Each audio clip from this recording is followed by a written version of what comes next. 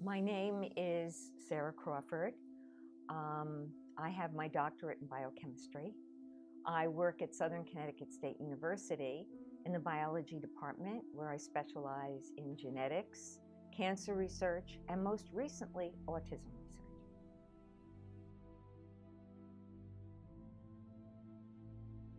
I have a foundation called the Crawford Foundation, Crawford Research Foundation. It actually started many years ago here at Southern. A former student of mine made an endowment after he left the laboratory to support future research students in the lab and the research that we're doing. And I thought that was an amazing gesture.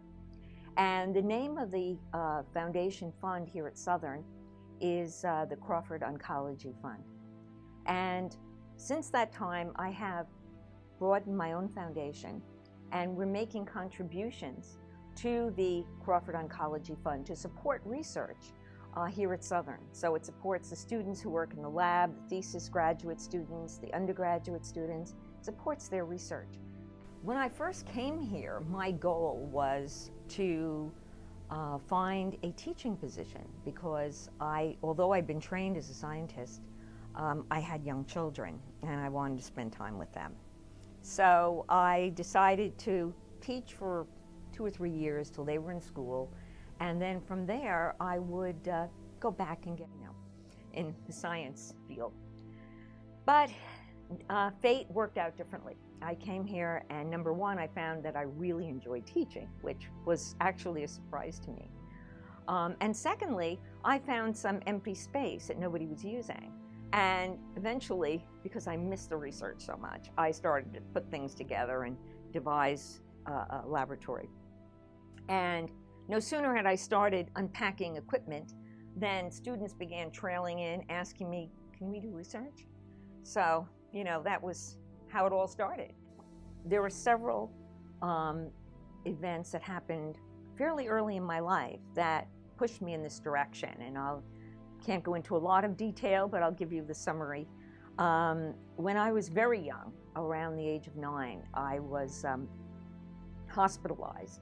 They were worried about that I had some type of brain disorder. So I went to New York Hospital. I was there for about 2 weeks at Christmas time. And fortunately, I turned out to be fine.